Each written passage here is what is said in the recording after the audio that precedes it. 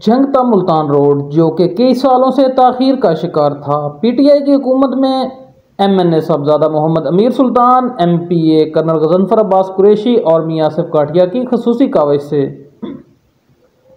Asian development fund से approved हो गया था, जिसकी फिजिबिलिटी रिपोर्ट वगैरह भी उन्होंने मीडिया को पेश की थी। बड़े प्रोजेक्ट में टाइम फ्रेम भी लगता है क्योंकि बहुत बड़ा प्रोजेक्ट था।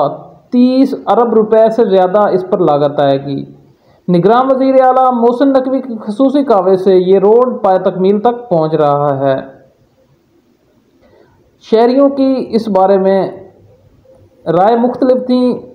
शहरी समझते थे कि ये रोड अब नहीं बन पा रहा। साहबजादा मोहम्मद अमीर सुल्तान का शुक्रिया अदा करते हैं जिन्होंने इस कोशिश को और काविश को जारी रखा, और निगरान वज़ीर आला मोहसिन नकवी का शुक्रिया अदा करते हैं जो इसको अब पाया तकमील तक पहुंचा रहे हैं। वकार असलम, नुमाइंदा इकबाल न्यूज़, झांग।